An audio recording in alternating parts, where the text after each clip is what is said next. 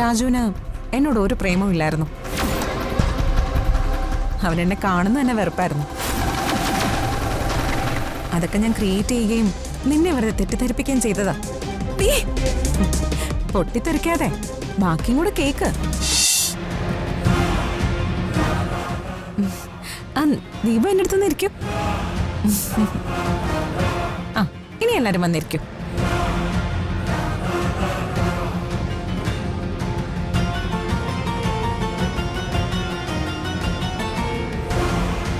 പറയാനുള്ളതൊരു serious മാറ്ററാ. അതനുസരിച്ചാ നിങ്ങൾക്ക് കൊള്ളാം. എന്താടി നിനക്ക് പറയാനുള്ളത്? ഞാൻ നേരത്തെ വോൺ ചെയ്തതാണ്. ഞാൻ ഇടിയല്ല,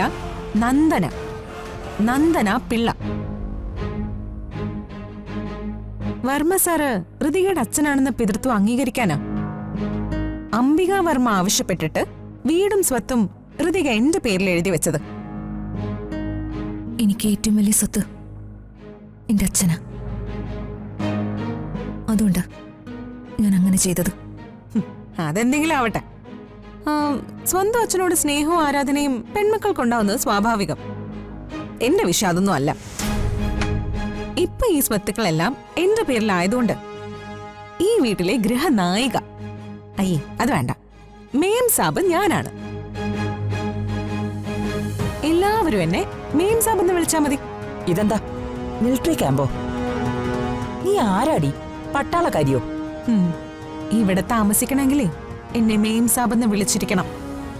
എന്റെ സ്വഭാവം വെറുതെ വഷളാക്കല്ലേ. ഞാൻ ചീത്തയായ അനന്തപിള്ളയേക്കാൾ വലിയ ഫ്രോഡാ. നീ കൂടുതൽ കളിച്ചാലേ ദേ ഇവളെ എഴുതി തന്ന തീറാധാരം എന്റെ കയ്യിലാ.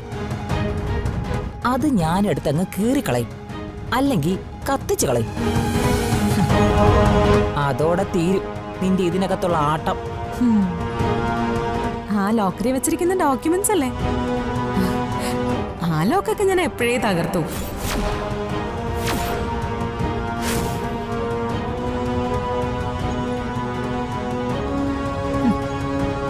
തീരാധാരമൊക്കെ ഇപ്പൊ എന്റെ കയ്യിൽ ഭദ്രമായിട്ടുണ്ട്. അത് ലോക്കറിലാ, സേഫ് ലോക്കറില്. വേണ്ട,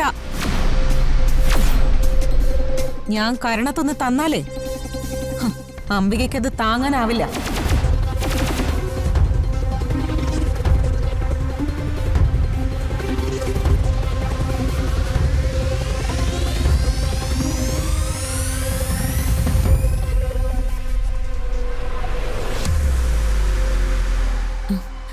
ദീപവും ചെറിയമ്മായി ഒന്ന് മാറിത്തരോ? എനിക്ക് ഋതികയോട് വളരെ പേഴ്സണലായിട്ട് കുറച്ച് കാര്യം സംസാരിക്കാനുണ്ട്.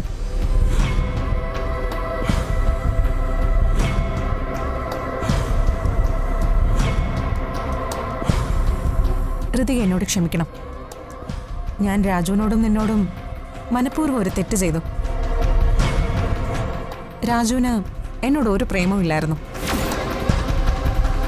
അവനെന്നെ കാണുന്ന തന്നെ വെറുപ്പായിരുന്നു. അതൊക്കെ ഞാൻ ക്രിയേറ്റ് ചെയ്യുകയും നിന്നെ വെറുതെ തെറ്റിദ്ധരിപ്പിക്കുകയും ചെയ്തതാ. പൊട്ടിത്തെറിക്കാതെ ബാക്കിയും കൂടെ കേക്ക്.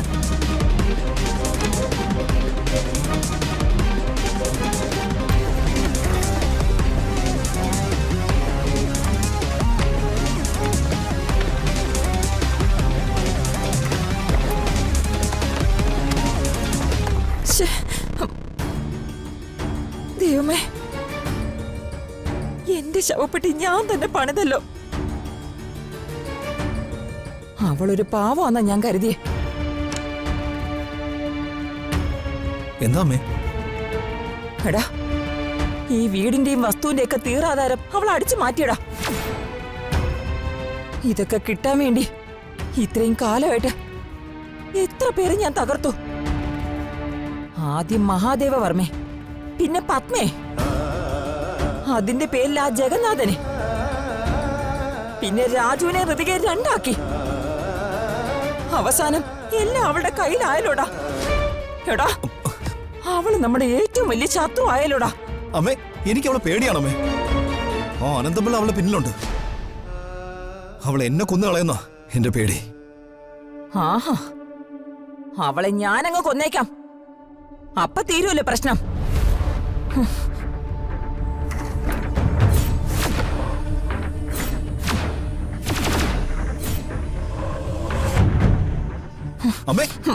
അമ്മ മണ്ടത്തരം കാണിക്കില്ല അമ്മേ. ഇന്നലെ രാത്രി ഒരു സംഭവം ഉണ്ടായി. ഇന്നലെ രാത്രി എന്തുണ്ടായാലും ഇപ്പൊ ഞാൻ അവളെ കൊല്ലും. വിടണോ? വിടണോ അമ്മേ, പറഞ്ഞേ? അവളുടെ കയ്യിൽ റിവോൾവർ ഉണ്ടെന്ന്. ആ, ഞാൻ പറയാം.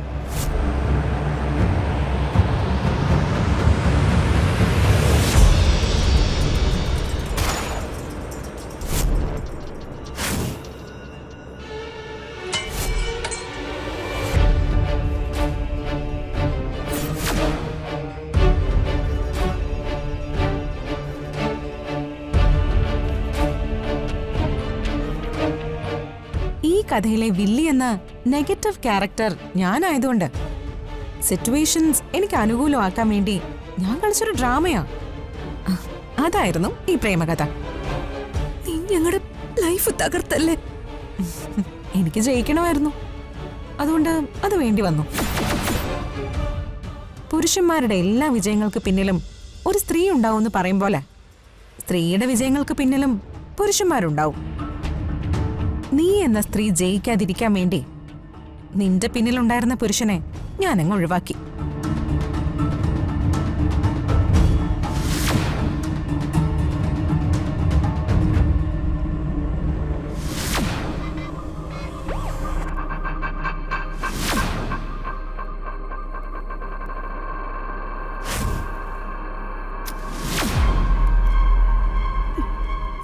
നിന്നെ ഞാൻ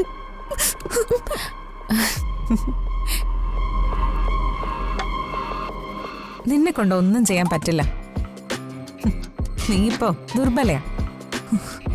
പാർവതിക്ക് ശിവൻ എന്ന പോലെ നിന്റെ കൂടെ രാജു ഇല്ലെങ്കിൽ നിനക്ക് ഒരു ശക്തിയും ഇല്ല.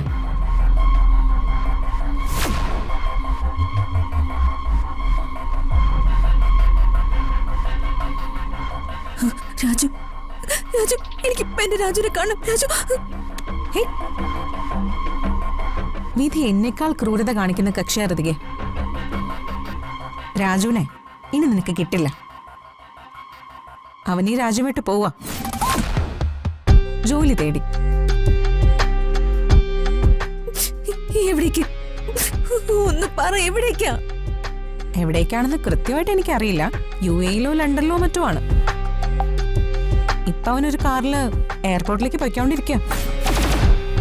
അവന്റെ ഫ്ലൈറ്റ് ടൈം 12:30 തോന്നുന്നു.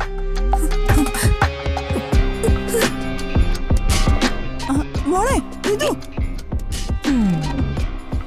അവള് എയർപോർട്ടിലേക്കാന്നാ തോന്നുന്നേ. രാജു ദുബായിലേക്ക് മറ്റോ പോവാ. ആ, ഇപ്പൊ പോയി കാണും. ഇവളതറിഞ്ഞ് പുറകെ പോവാ.